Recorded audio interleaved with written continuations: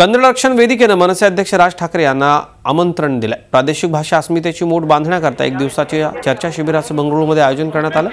येत्या शनिवारी हे एक दिवसांचं चर्चासत्र होत आहे। देशभरात प्रादेशिक भाषा अस्मिता कडवटपणे जपणारे राजकीय पक्ष आणि संघटनांना या शिबिरासाठी आमंत्रण देण्यात आलं। यामध्ये मनसे सहभागी होणार असल्याचं सांगण्यात आलं। पक्षाचे नवनियुक्त सरचिटणीस संदीप देशपांडे यांना भूमिका मांडण्याकरता पाठवण्यात येणार आहे। शिवसेनेला अद्याप निमंत्रण नसल्याची सूत्रांची माहिती आहे। हिंदुत्व आणि प्रादेशिक भाषा अस्मिता अशा दोन्ही दगडांवरती पाय असल्याने शिवसेनेला सहभागी करून न घेण्याकडे आयोजकांचा कल असल्याचं समजतंय। तर कन्नड रक्षण वेदिकेचे आम्हाला तोंडही पाहायचं नाही, आमची लढाई सीमा भागातल्या मराठी बांधवांसाठी आहे, ती कायम राहणार असल्याची प्रतिक्रिया शिवसेनेचे खासदार संजय राऊत यांनी दिली।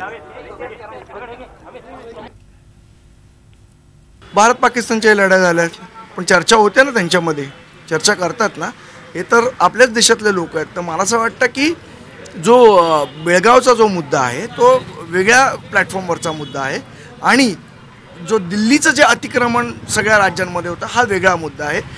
आणि दिल्लीवरनं खरं सांगायचं तर मग खऱ्या अर्थाने अफजल खानाच्या फौजा आहेत त्या रोखणं सगळ्या राज्यांचं कर्तव्य आहे। आम्ही शनिवारी त्या परिषदेला जाणार आहोत आणि तेव्हा आपण बघाल। आम्हाला त्यांचं तोंडही पाहण्याची इच्छा नाही, आम्हाला त्यांच्या व्यासपीठावर जाण्याची इच्छा नाही। ज्या कन्नड वेदिकेवाल्यांनी बेळगाव महानगरपालिका बरखास्त करण्यासाठी अट्टहास केला, सीमा भागातील मराठी बांधवांवर अत्याचार करण्यासाठी पुढाकार घेतला, महाराष्ट्र एकीकरण समितीच्या कार्यकर्त्यांना मारहाण केली या लोकांनी, अशा कन्नड वेदिकेवाल्यांबरोबर शिवसेनेचा राजकीय दृष्ट्या कोणताही संबंध नाही। झी 24 तास रहा एक पाऊल पुढे।